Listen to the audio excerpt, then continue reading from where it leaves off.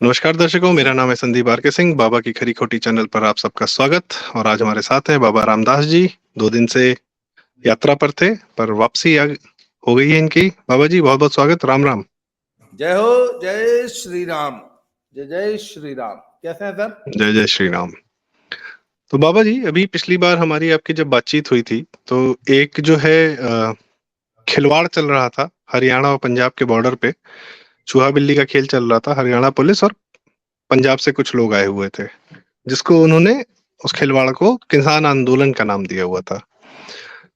आज 1-2 दिन से दिख रहा है कि कुछ दिख ही नहीं रहा है। हम लोग ढूंढ रहे हैं कि कुछ तो एंटरटेनमेंट होती है। वहां पे क्रिकेट बॉल से लोग ड्रोन गिरा रहे थे, या पतंगों से ड्रोन गिरा रहे थे।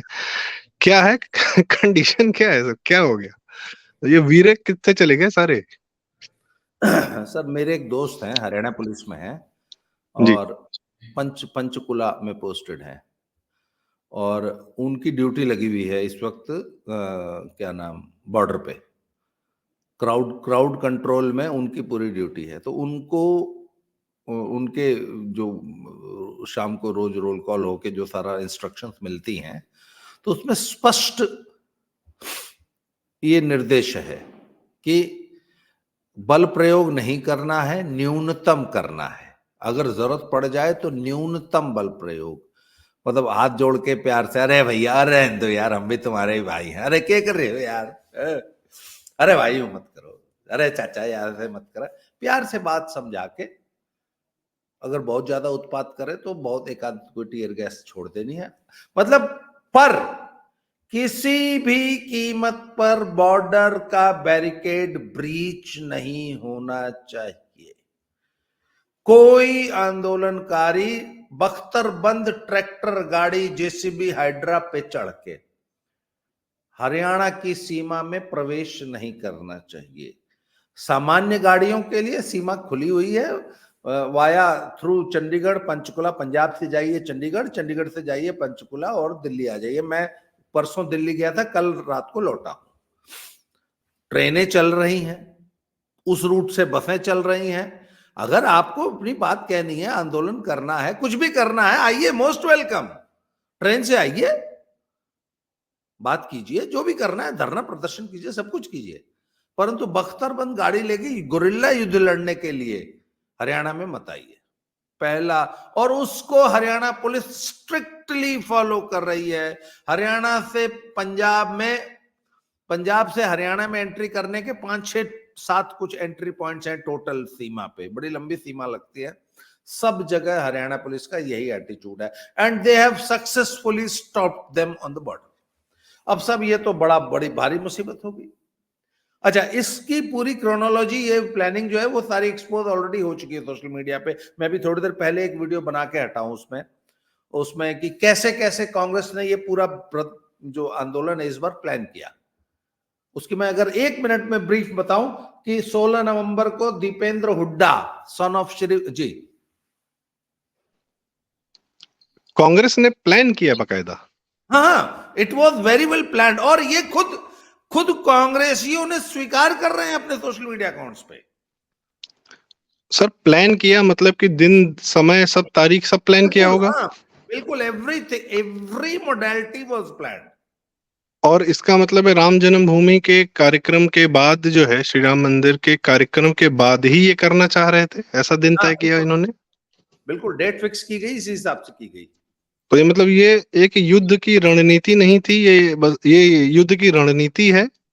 हाँ, मतलब रणनीति के तहत दिन, सामान वामान, आदमी सब इकट्ठा करके फिर वैसे चेस पे अपना प्यादा आगे बढ़ाया गया, ऐसा? जी। क्या 16 प्रोग्रामिंग रही सर नवंबर इन लोग की? जरा हम लोग को एक समृद्ध कीजिए। एक प्रोफेशनल इवेंट मैनेजर है कांग्रेस से जुड़ा हुआ, जो कि इसी प्रकार के धरने, प्रदर्शन, हड़तालें ऑर्गेनाइज करने का मास्टर है। उसका नाम है रमनदीप मान। सर, रमनदीप मान की पहली मीटिंग हुई है 16 नवंबर 2023 को, और उसने 24 नवंबर की अपनी फेसबुक पोस्ट पे बकायदा मीटिंग की फोटोग्राफ डाली है कि आज मेरी मुलाकात दीपेंद्र हुड्डा, सन ऑफ भूपेंद्र हुड्डा, कांग्रेस नेता, राज्यसभा नेता हरियाणा रोहतक के, जो कि इस वक्त कांग्रेस का फेस है हरियाणा में, भूपेंद्र हुड्डा। उनके साथ पहली मीटिंग हुई 16 नवंबर को, 24 नवंबर को उसने पोस्ट लिखी। फिर 24 नवंबर को दीपेंद्र हुड्डा सैम पित्रोदा से मिलने सैन फ्रांसिस्को गए, वो भी उन्होंने खुद अपनी फोटो डाली है। 24 नवंबर तो सैम पित्रोदा, वही हुआ तो हुआ, 1984 हुआ तो हुआ वाले, है ना, आप लोग फालतू बोलते रहते हैं, हुआ तो हुआ। सैम पित्रोदा से मिलके आए सैन फ्रांसिस्को, वो भी फोटो सोशल मीडिया पे है। उसके बाद 10 दिसंबर से दीपेंद्र हुड्डा ने पंजाब हरियाणा में किसान रैलियां शुरू की और किसानों का समर्थन, किसानों के मुद्दे उठाने शुरू किए। किसान बेचारा है, या है वो है, मजदूर ऐसे, मजदूर वैसे, मतलब दुनिया भर के, जिससे कि माहौल बनाया जा सके, समर्थन जुटा। उनकी रैलियों की भी सारी की सारी फोटोग्राफ्स जो है लोगों ने निकाल के रख दी हैं। उसके बाद सर 11 दिसंबर को रमनदीप मान की दिल्ली मार्च की घोषणा उन्होंने कर दी कि हम दिल्ली मार्च करेंगे। कब सर? 11 दिसंबर को स्टारबक्स में बैठ के फोटो खिंचाई है 4-5 पंजाबी नेताओं के साथ बात करते हुए। चंडीगढ़ के स्टारबक्स में मीटिंग कर रहे हैं किसान आगुओं से। उसमें गुरमीत मांगट करके एक कांग्रेस का बकायदा आधिकारिक प्रवक्ता है, जो कांग्रेस के महासचिव ने प्रवक्ताओं की सूची जारी की, उसमें चौथे 5वें नंबर पे गुरमीत मांगट का नाम है। वो उस आंदोलन का बकायदा सूत्रधार है।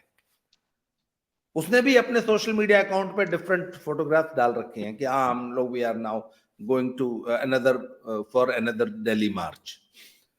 तो साहब 24 दिसंबर को दिग्विजय सिंह साहब, कांग्रेस के बहुत बड़े नेता, मध्य प्रदेश वाले राजा, दिग्गी राजा के साथ मीटिंग की है रमनदीप मान ने और गुरदीप सिंह सप्पल ने। उसकी भी फोटोग्राफ्स आ गई सब। अच्छा, ये खुद इनके ही सोशल मीडिया अकाउंट पे है सब कुछ। उसके बाद 25 दिसंबर को इन्होंने डेट घोषित कर दी कि 13 फरवरी को हम मार्च करेंगे। ये डेट डिक्लेयर की है 25 दिसंबर को। उसके बाद सर 26 और 27 दिसंबर को वही गुरदीप मान जो है, रमनदीप मान जो है, वो पवन खेड़ा और दीपेंद्र हुड्डा से फिर मिलते हैं। उसकी भी फोटोग्राफ्स हैं बकायदा। पवन खेड़ा को आप जान ही रहे हैं। 30 दिसंबर को फिर उन्होंने एफबी पोस्ट पे ये सारा कुछ खुलासा किया है कि हम लोग इन नेताओं से मिल गए और मार्च की तैयारी हो गई है। 8 जनवरी को रमनदीप मान जो है भूपेंद्र हुड्डा साहब से मिलते हैं।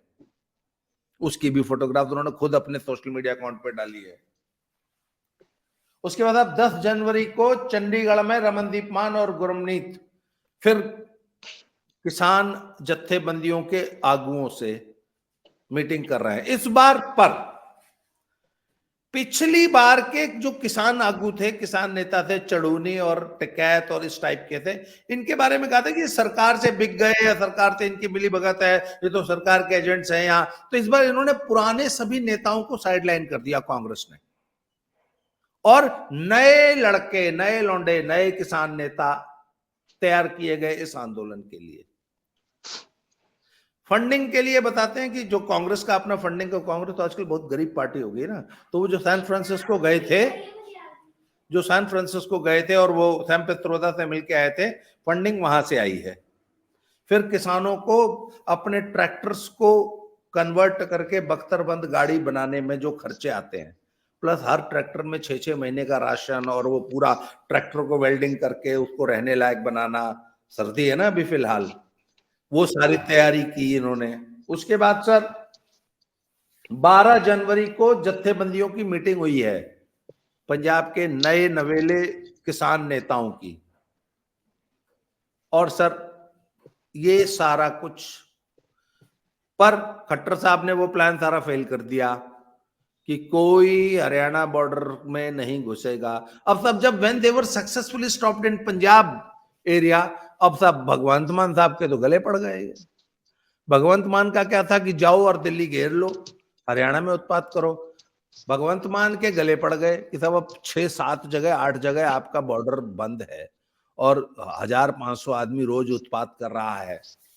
अच्छा सर, इनके किसान आंदोलनों की पोल पट्टी तो ऐसे खुल गई, दुनिया भर के वीडियोस आ गए जहां शराब के लंगर लग रहे हैं, है ना, दुनिया भर की वीडियोस आ गई जहां शराब बांटी जा रही है। उसके बाद दुनिया भर की वीडियोस आ गई जहां अलगाववादी लोग, कोई कहता है सानू परमानेंट इत्थे बॉर्डर बना दो, साडा अलग कर दो, ਅਸੀਂ ਤਾਂ खालिस्तान ਮੰਗਦੇ हैं, साडी संधि हो जूगी पाकिस्तान दे नाल, ये वो दुनिया भर के हैं।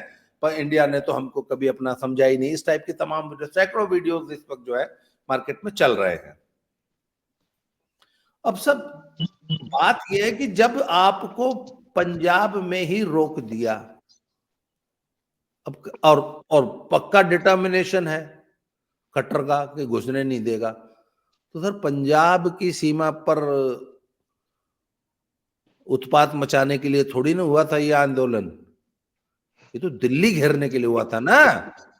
इनको लगता था कि वापस सिंधु बॉर्डर। अच्छा, अब सर बात यह है कि इसमें एक बड़ा पेच है कि चलो पंजाबी तो नहीं घुस पाए हरियाणा में। भाई हरियाणा में क्या ट्रैक्टर नहीं है? क्यों? या हाँ। हरियाणा में किसान नहीं है? हरियाणा के किसान को एमएसपी नहीं चाहिए, तो चलो पंजाबी नहीं आते तो तुम घेर लो दिल्ली। पर सर नहीं, हुड्डा साहब, अगर हरियाणा सर का थोड़ा फ्रीज हो रहा है। मैं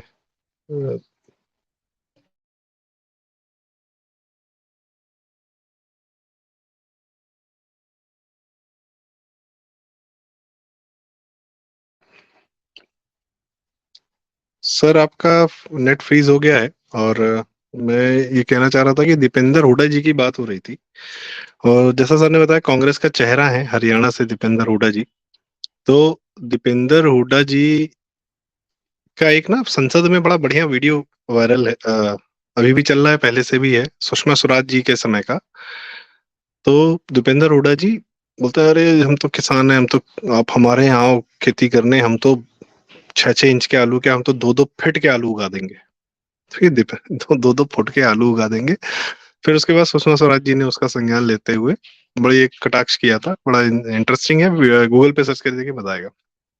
यही दीपेंद्र हुड्डा है जिसको जो जिनको सुमित्रा महाजन जी जो पिछली लोकसभा की स्पीकर थी, उन्होंने कहा था, अरे बेटा बैठ जाओ, अभी तुम्हें बहुत कुछ सीखना है जीवन में। तो खैर ये वो नेताओं के बच्चे, नेताओं के बच्चों के हाथ में अगर सत्ता सौंपी तो एक से एक गधे फिर सत्ता में आ जाते हैं, क्या करते हैं देख ही रहे। तो बाबा जी ने आपकी सारी बात बताई। उसके बाद भगवंत मान जो ये कह रहा था कि दिल्ली चले जाओ सारे के सारे आंदोलन करने, इस भगवंत मान के घर के सामने किसानों ने हाँ आंदोलन किया था, इसने गोली चलवाई थी, एक आदमी मर गया था। बाबा जी, मैं ये बता रहा था कि भगवंत मान के खुद के घर के सामने, मुख्यमंत्री आवास के सामने किसानों ने प्रदर्शन किया हाँ, था, इसने गोली चलवाई थी, एक आदमी मर गया था, ऐसे लाठियां संदीप चलवाई भाई थी। जी सर। सॉरी यार, लाइट चली गई थी अचानक, मेरा नहीं इन्वर्टर नहीं, भी कोई बात नहीं, बैकअप। रिकॉर्डिंग चल रही है और मैं बीच में अपनी हाँ, बात कर भी रहा था जो नहीं मैं आप, करना चाह मुझे रहा था। मालूम था आप संभाल लेंगे। नहीं नहीं, संभालना जी, क्या है, दर्शकों को बहुत दैट्स जानकारियां राइट। देनी थी, मैं भी सुन सुन के मेरे अंदर से भी निकल रहा था, कुछ जानकारियां थी भी। तो ये कह रहा था कि एक तो ये दीपेंद्र हुडा वो हैं जिनको, जो संसद में जिन्होंने बयान दिया था कि हम 2 फुट के आलू उगाएंगे, और सुषमा स्वराज जी ने फिर इस पे अच्छा बयान दिया था, वीडियो बड़ा मजेदार है। तो मैं कह रहा नेताओं के बच्चे जब सत्ता संभालेंगे तो यही गंद मचाएंगे। खैर, तो सर दूसरा ये बात ये भगवंत है ना, मान। हम्म। मैं ये कह रहा था कि भैया ठीक है, पंजाब का किसान तो नहीं पहुंचा सिंगू बॉर्डर, हम्म। ट्रैक्टर तो हरियाणा वालों के पास भी है, तुम क्यों नहीं गए? तुम घेर लो। हम्म। भाई हम्म। यूपी वाला तो नहीं आया, यूपी वाला नहीं आया क्यों?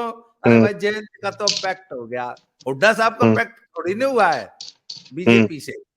सर तुम आजकल घेर लो जैसी ना। बयार, सर आजकल जैसी बयार चल रही है ना, कोई भरोसा नहीं कि कल को दीपेंद्र हुड्डा कांग्रेस में और भूपेंद्र हुड्डा भी भाजपा में, नहीं, एक सीट अरे के बाप रे, लिए, एक बड़ी लोकसभा सीट जबरदस्त के लिए। अफवाह ऑलरेडी है हरियाणा में कि हाँ? भूपेंद्र हुड्डा कभी भी बीजेपी में जा सकता है। खैर छोड़िए साहब। तो अब जी। दर्शकों के लिए सवाल यह है कि अरे भाई हम्म। अगर पंजाबी नहीं आया तो दिल्ली घेरनी है, हरियाणा में हम्म। ट्रैक्टर नहीं है क्यों? हम्म। हम्म। हरियाणा के किसान को भी एमएसपी चाहिए। हम्म। वरना हरियाणा का किसान अगर दिल्ली घेरेगा, हरियाणा का हम्म। किसान अगर सड़क पे उत्पात करेगा, तो खट्टर साहब इसका पॉलिटिकल फायदा उठा लेंगे, 35 जातियों को जाटों के खिलाफ पोलराइज कर देंगे। सर एक बात इसलिए और है ना, एक बात और है सर, पंजाब का जो किसान आया है वो पंजाब बॉर्डर पे है, हरियाणा पुलिस से पिटा, वापस भाग लिया पंजाब में। हरियाणा वाला किसान अगर सड़क पे उतरा तो वो तो हरियाणा के अंदर पीटा जाएगा, वो कहाँ जाएगा? सर मेरी बात सुनिए, खट्टर के पॉलिटिक्स के बारे में हम्म। ये कहा जाता है कि नहीं, ये खट्टर और ये बात सबसे पहले आप ही ने कही थी, हाँ, ये कि बात सबसे पहले आपने कही थी। कि Khattar has very successfully neutralised the Jat politics. जो जाट फैक्टर थे ना हरियाणा की पॉलिटिक्स में, उसको पूरी तरह न्यूट्रलाइज कर दिया, मार्जिनलाइज कर दिया। क्यों? क्योंकि भाई जाट 24% है, जाट के खिलाफ उन्होंने 76% 35 जातियों को, अन्य गैर जाट बिरादरियों को पोलराइज कर दिया। अब वो तो कहता है कि यार कुछ मजा सा नहीं आ रहा, थोड़ा पोलराइजेशन सा हो जाता तो और बढ़िया होता। बोल जाटन को ना रोड पे आ जाए। तो जाट रोड, अच्छा एक चीज और है, अगर जाट अगर शांतिपूर्ण आंदोलन भी करें, पर 1000-2000 तो उतरेंगे भाई। अच्छा, जाट की शांति भी बड़ी खतरनाक होती है।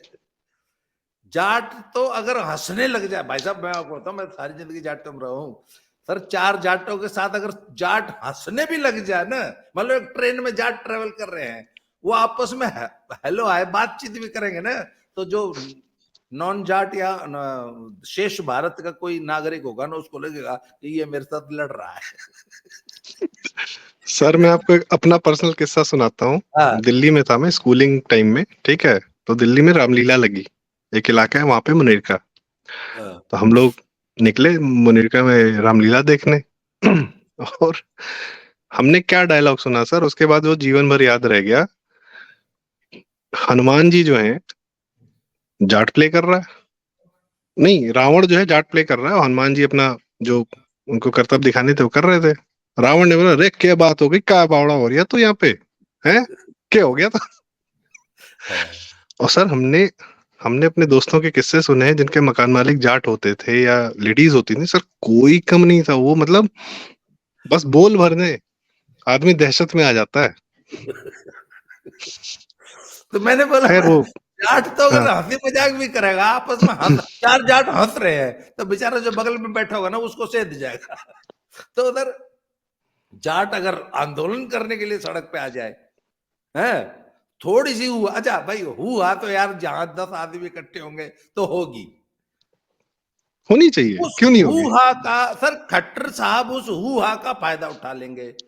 जाट इकट्ठे हुए, अब खट्टर साहब के पास पता नहीं ऐसा कौन सा तंत्र है कि कहीं के, केले का ठेला लुटवा देंगे, कहीं एक आधा ठेका लुटवा देंगे, एक आधी 4 दुकान लुटवा देंगे, फिर बोलेंगे ओ जाटों ने बेचारा गरीब केले वाला लूट लिया।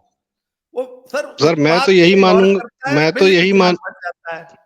सर मैं कह रहा हूँ, मैं तो यही मानूंगा कि इन्हीं ने किया है, क्योंकि इन्हीं की, भाई पिछली हाँ बार जो किया था, किया तो हाँ। इन्होंने नहीं था ना, राम रहीम के टाइम में भी इन्होंने किया था, कब नहीं किया है? सर वो बड़ा संदिग्ध मामला है, सारे जाट सर कसम खाते ऐसा हैं है, हमने ना किया। यो खट्टर ने खुद, वो जो जाट आंदोलन में जितने भी सर तोहमतें लगी थी, बोला यही ने नहीं लेकिन खुद करवाई। शुरू के 2 दिन तो किया था ना, सर जो भी हुआ, शुरुआत खैर की। कुल मिला के जाट जी। आंदोलन का, जाट आरक्षण आंदोलन का, जाट उत्पात का बहुत बढ़िया पॉलिटिकल फायदा खट्टर उठा लेता है। इसलिए ये खट्टर से वोट डरते हैं कि हम सड़क पे उतरे नहीं और खट्टर के 1,00,000-2,00,000 वोट बढ़ जाएंगे। इसका मतलब है सर कि जैसे खालिस्तानी ये आए आए थे किसान बन के, तो इनको जो टॉप अप जाट से चाहिए था वो नहीं मिला टॉप अप। सर आजकल हो तो यही रहा है ना सर, चुनावी राजनीति की, जितने विपक्षी हैं उनको जो टॉप अप वोट चाहिए वो नहीं मिल रहा। सृष्टि का सबसे बड़ा नियम है कि दुनिया के किसी भी अभियान में, चाहे वो युद्ध हो, चाहे आंदोलन हो, कुछ भी हो, if you don't have local support, you can not survive for long. Sir आखिर बांग्लादेश के युद्ध में पाकिस्तानी सेना क्यों हथियार डाल गई? क्योंकि सर जो लोकल सपोर्ट था ना, वो उनके खिलाफ था। मुक्ति वाहिनी के बांग्लादेशी जो है, जिनके पास हथियार नहीं थे, डंडे लेकर पाकिस्तानी सेना डंडों से लड़ रहे थे जी। वियतनाम ने सर 2 लोगों को पीटा है। 7 साल अमेरिका से युद्ध में था, अमेरिका हार के गया, और उस थके हारे वियतनाम पर फिर चीन ने कब्जा करने की कोशिश की, युद्ध किया, उसको भी पीटा 7 साल 8 साल के युद्ध के बाद। क्यों? क्योंकि वो अपनी जमीन के लिए लड़ रहा था, अपनी जमीन पे लड़ रहा था, लोकल। और ये बाहर से जो आए थे अमेरिका और चीन बड़े बड़े, ये भी वापस चले गए जी। तो कहने का मतलब है सर, पंजाब के किसान का आंदोलन हरियाणा में तब सफल होगा जब हरियाणा का लोकल किसान, लोकल सपोर्ट होगा, जो कि पिछले आंदोलन में था। अच्छा, अब चूंकि पंजाब भी तो आया नहीं। अच्छा, अब होता क्या था कि अगर पंजाब का किसान आके सिंघू बॉर्डर पे बैठ जाए और हरियाणा की जाट थोड़ी हुआ कर भी दे थोड़े, तो बिल तो फटेगा पंजाबियों के नाम। भाई सिंघू बॉर्डर पर उत्पात किसने करा, दिल्ली किसने घेरी? बोला पंजाबियों ने घेरी। बोला तब, बोला हम तो हुक्का पिए हुए थे बड़े बैठ के। इन्होंने तरह सिंघू बॉर्डर पे हुक्का पीना सिखा दिया उनको पंजाबियों। जबकि सरदार तंबाकू नहीं पीता। हाँ बिल्कुल। तो सर नहीं, बिहारियों के साथ रह के खैनी खाना सीख गए। नहीं, मतलब जो परिपाटी है, शराब पीता है, तंबाकू हाँ नहीं वो अलग खाता बात है, वो जी। बात। तो सर बात यह है कि अब खट्टर साहब ने तो शंभू बॉर्डर पर रोक दिए। सर आज की स्थिति है, लेटेस्ट रिपोर्ट बता रहा हूं आपको, शाम को 5 बजे तक सब अपने अपने घर, लोकल है ना, जो लोकल हुआ करने वाले आ जाते हैं, वो 5 बजे अपने अपने घरों को लौट जाते हैं। सर 5 बजे धरना स्थल पे सन्नाटा हो जाता है। शाम को थोड़ी बहुत दारू पी, रोटी राटी बनी। इस बार सर पिज्जा के लंगर नहीं, पिज्जे के लंगर नहीं लग रहे बिल्कुल, ये बड़ी हाँ, बुरी। इस बार पिज्जा और पीनट बटर नहीं है। तो सर बिरयानी भी नहीं है सर। हाँ, कुछ नहीं है बिरयानी। अरे हाँ, बिरयानी नहीं आई सब तो। ये मैं तो शिकायत करूंगा कि भाईजान कहाँ हो आप इस बार बिरयानी का लंगर क्यों नहीं है? खैर भाईजान ही भा, शाम को भाईजान ही धरना, तो सर पटका। सर इसमें कितनी सच्चाई है कि भाईजान लोग पटका पहन के बैठे हुए हैं। वो तो उतना तो चलता है सर आंदोलन में। कौन कौन चेक कर रहा है कि पटके के नीचे क्या है? लुंगी उठा के कौन चेक करेगा? कोई बांग्लादेश थोड़ी ना है। खैर सर, तो सर वहां 5 बजे के बाद हो जाता है सन्नाटा। सब लोग अपने अपने घर चले जाते हैं। थोड़े से 100 200 400 लोग रह जाते हैं, वो वहां ट्रालियों में खाना खुना बना के खाते हैं। उसके बाद अगले दिन सुबह 8 9 10 बजे फिर वापस आते हैं। 10 11 बजे तक यूट्यूबर वापस आते हैं। तो जब यूट्यूबर आ जाते हैं, फिर ये फॉर्मेलिटी के लिए थोड़ा सा ना फू फा यक कर देंगे, वाक कर देंगे, सानू अलग देश बना दो, साडी तक नस्ल कुशी हो रही है, ये वो करके फिर 1 डेढ़ 2 घंटा थोड़ा सा एंटरटेनमेंट होता है। 11 से लेकर 2 का एक शो चलता है, 11 to 2। 2 बजे फिर लंच हो जाता है, 3 बजे धरना स्थल खाली है। अब सर एक बात ये छोटी है बात के सर, इतना बोरिंग आंदोलन कौन करेगा लंबा, आप बताओ। और सर भगवंत मान कहता कि यार ये सारी प्लानिंग फेल होगी। भगवंत मान की प्रॉब्लम है ना कि ये तो मैंने दिल्ली के लिए भेजा था तुमको, तुम तो पंजाब में उत्पात कर रहे हो। और सर बात है ना, नहीं सबसे बड़ी सर बात, सबसे बड़ा चैलेंज है कि all the entry points of Punjab are blocked. Sir इतना बड़ा स्टेट है, उसमें कल को एसेंशियल कमोडिटीज की कमी हो जाएगी सर। वो तो शुक्र मनाइए कि पेट्रोल की सप्लाई आजकल पाइपलाइन से है, डिपो तक तेल आ रहा है, तो और पंजाब के अंदर तो ट्रैफिक सही सलामत चल रहा है। पर हरियाणा के बॉर्डरिंग एरियाज के एक बार सर इसको, ये मान को ना, एक बार इसका ही जो ये जो दवाई सबको बांट रहा है, एक बार इसको भी खिलानी चाहिए। इसको 3-4 दिन के लिए ब्लॉक कर दो। मतलब खैर छोड़ी, ये गलत बात हो गई। मैं दूसरी बात कर रहा था सर कि अभी कुछ दिन पहले पाकिस्तान के एक उनका कोई कमिश्नर है रावलपिंडी के, उनका एक वीडियो वायरल हुआ। वो वहां के चुनाव पे बात कर रहे थे। उसने एक लाइन बोली कि मेरे पिता और बाबा ने जो है अंग्रेजों से और सिखों से लड़ाइयां की हैं, ये उसने बोला सर, बहुत पावरफुल आदमी है, रावलपिंडी का कमिश्नर है, ठीक है, जहाँ पे आर्मी बैठती है, जीएचक्यू है उसके। मतलब पाकिस्तान के लोगों को ये गुमान है कि उन्होंने सिखों को मारा है, और यहाँ पे खालिस्तानी आके कह रहे हैं जी हमें पाकिस्तान में मिला दो। और पाकिस्तान में कितने बचे हैं, वहां पे इनकी बेटियों के साथ क्या होता है, इनको अंदाजा है, पता तो सब होगा। ये सब पता है ये सर। कौन सी मानसिकता है सर? नहीं नहीं उनको भी अच्छी तरह मालूम है कि हमारी जो जो इज्जत है इंडिया में वो उनको कहीं नहीं मिलेगी। उनकी इंटेलिजेंशिया उनको समझाता भी है कि अरे ये बताओ, अभी तो तुम मोदी से एमएसपी के लिए लड़ रहे हो, फिर तुम एक इंडिपेंडेंट कंट्री बनाने की बात करते हो, फिर तुम्हारा गेहूं कौन खरीदेगा। अभी मैं आपको लेटेस्ट बताऊं, आज से 4 दिन पहले पंजाब के चावल का एक बहुत बड़ा कंसाइनमेंट, जिसमें बहुत बड़ा एक बासमती का भी कंसाइनमेंट था, वो मिडिल ईस्ट के बहुत सारे कंट्रीज में गया था, वहां से सैंपल फेल होके आ गया। क्यों? पेस्टिसाइड। पेस्टिसाइड इतना ज्यादा है। उन्होंने इसको, पंजाब के चावल को ह्यूमन कंजम्पशन के लिए नॉट फिट करके रिजेक्ट कर दिया। सर सेम हाल इनके गेहूं का है। सर इनकी जमीन इतनी जहरीली हो चुकी है सर वहां तो कि एक कैंसर ट्रेन चलती है, हाँ, कैंसर ट्रेन राजस्थान आती है। इनका खाना ऐसा हो गया कि अगर सर हिंदुस्तान का पीडीएस में इनका गेहूं चावल ना खपाए तो इंटरनेशनल मार्केट में ये नहीं बेच सकते। सर ये तो मोदी की मजबूरी है कि इनका गेहूं और चावल खरीद के वो बेचारे गरीब लोगों को इनका सर तो पेस्टिसाइड ये से तो, भरा हुआ गेहूं गेहूं नहीं चावल एक खिला सेकेंड रहा सर, मिडिल ईस्ट का आदमी आदमी है, भारत का गरीब आदमी नहीं है। मिडिल ईस्ट के आदमी अगर जो खाना नहीं खा सकते हैं तो भारत का गरीब क्यों खाएगा इनका उगाया हुआ, है। सर किस मजबूरी में? खा रहा है तो ये तो गलत बात है, ये तो बहुत गलत बात है। तो दे भाई शुड क्वालिटी स्टैंडर्ड तो ह्यूमन कंजम्पशन के लिए सबके लिए होना चाहिए ना sir. Sir now they should work for the betterment of their produce, कि आपका प्रोड्यूस खाने लायक तो बने इंटरनेशनल मार्केट। अच्छा एक मिनट, दूसरी एक चीज सर, यूक्रेन या अभी तो मान लीजिए यूक्रेन में युद्ध चल रहा है, यूक्रेन या रशिया या ब्राजील या इधर का जो एग्रीकल्चरल प्रोड्यूस है, जो वीट प्रोड्यूसिंग कंट्रीज हैं, उनका गेहूं आपसे 40% सस्ता भी है, कॉस्ट ऑफ प्रोडक्शन, प्लस आपसे हर मामले में बेहतर है। सर मध्य प्रदेश का जो शरबती गेहूं है उसका रेट पता है क्या है? 4600 रुपीज पर केजी, 4600 क्विंटल, 46 रुपए किलो। तुमको अपना गेहूं 22 रुपए बेचने के लिए संघर्ष करना पड़ रहा है। एमपी का किसान ताव से ऐसे मुंह पे ऐसे बैठ के ताव देता है कि 46 रुपए का रेट है, खरीदना है तो खरीदो, नहीं तो मेरे पास बहुत ग्राहक है। और तुम अपना गेहूं 22 रुपए किलो बेच के एमपी से 46 रुपए किलो की एमपी शरबती मंगा के खाते हो। पंजाबियों, तुमको खुद को मालूम है कि मेरा गेहूं खाने लायक नहीं है, तो तुम्हारा गेहूं कौन खा रहा है? बेचारा गरीब आदमी, देश का पीडीएस में। क्यों? सर इनमें भारतीयता नहीं है इन लोगों में। जो आदमी जहर उगा के जहर इर्रेस्पॉन्सिबल जहर खिला बिहेवियर। रहा है वो अन्नदाता है। किस बात का अन्नदाता है? वो तो साला जहर दाता है।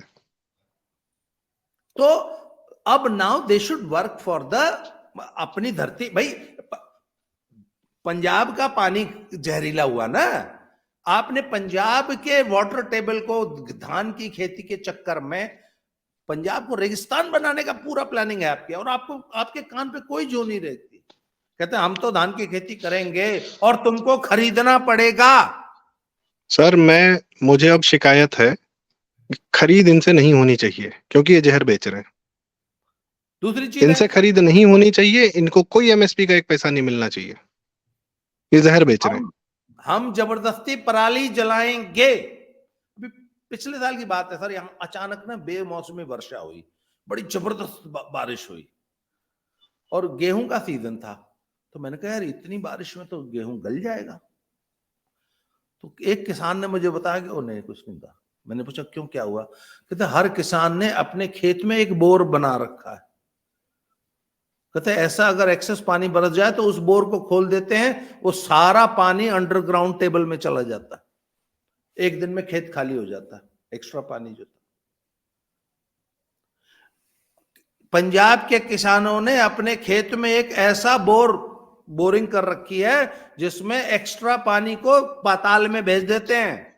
पहले पाताल का पानी निकाल के उड़ा दिया, पूरा पंजाब का वाटर टेबल खा गए और प्रदूषित जल, अरे भाई जो खेत में फैल गया वो तो यूरिया और सारे पेस्टिसाइड इंसेक्टिसाइड का भंडार हो गया ना वो पानी, जरूरत पड़ने पर उसको जमीन में डंप कर दिया। फिर ये खेती है आपकी? फिर आप खुद को अन्नदाता कहते हैं? मतलब जो इन्होंने अन्नदाता नहीं है सर, जो डिमांड का जहर बेच। सर इस आंदोलन में जो इनका डिमांड का चार्टर है उसकी कुल कॉस्ट पता है क्या है? 40 लाख करोड़ रुपया। अगर भारत सरकार 40 लाख करोड़ रुपया खर्च करेगी ना तब इनकी डिमांड्स पूरी होंगी। इनकी कितनी संख्या होगी सर? कितने लोगों को ये 40 लाख करोड़ रुपया मिलने का है? कुछ हजार ही तो होंगे। नहीं, मतलब इनकी जो डिमांड है, कहते हैं ना सभी किसानों को, देश के सभी किसानों को जो है वो 10,000 रुपए पेंशन दी जाए, है ना, हर एक फसल पे एमएसपी दी जाए। अगर हम घास और खरपतवार भी अगर उगाते हैं, मूली भी अगर पत्ता समेत बेच रहे हैं तो भी उस पे भी एमएसपी दी जाए। ऐसी ऐसी इनकी डिमांड है। रोज इनको 200 रुपया, 200 दिन के जो है मनरेगा की मजदूरी चाहिए, 700 रुपया, 700 रुपया पर डे, 200 रुपया, 200 दिन की मजदूरी चाहिए अपने खेत में काम करने के लिए। ये तो इनकी डिमांड चार्टर। सर कुछ नहीं है, इसको विशुद्ध जो है, हम खैर गलत शब्दों का इस्तेमाल हो जाएगा, करना नहीं चाहिए। अन्नदाता तो नहीं है, किसी लिहाज से नहीं है, जहरदाता है। जहर बेच रहे हैं, जहर उगा रहे हैं। आप अनाज पैदा करते हैं और लोग उसको खरीदते हैं।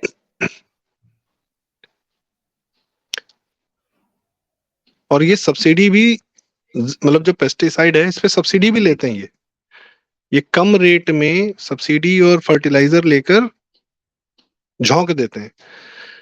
खैर मुझे लगता है कि कम से कम ये अच्छी बात हुई कि ये इस बार ये आंदोलन फ्लॉप हो गया और अब ये अपना सर ना उठाएं तो बेहतर है। और अब इनका असली इलाज जरूरी है, इनसे एमएसपी की खरीद बंद होनी चाहिए। पूरे देश का किसान उगा रहा है, अच्छी क्वालिटी उगा रहा है, वहां से लेना चाहिए।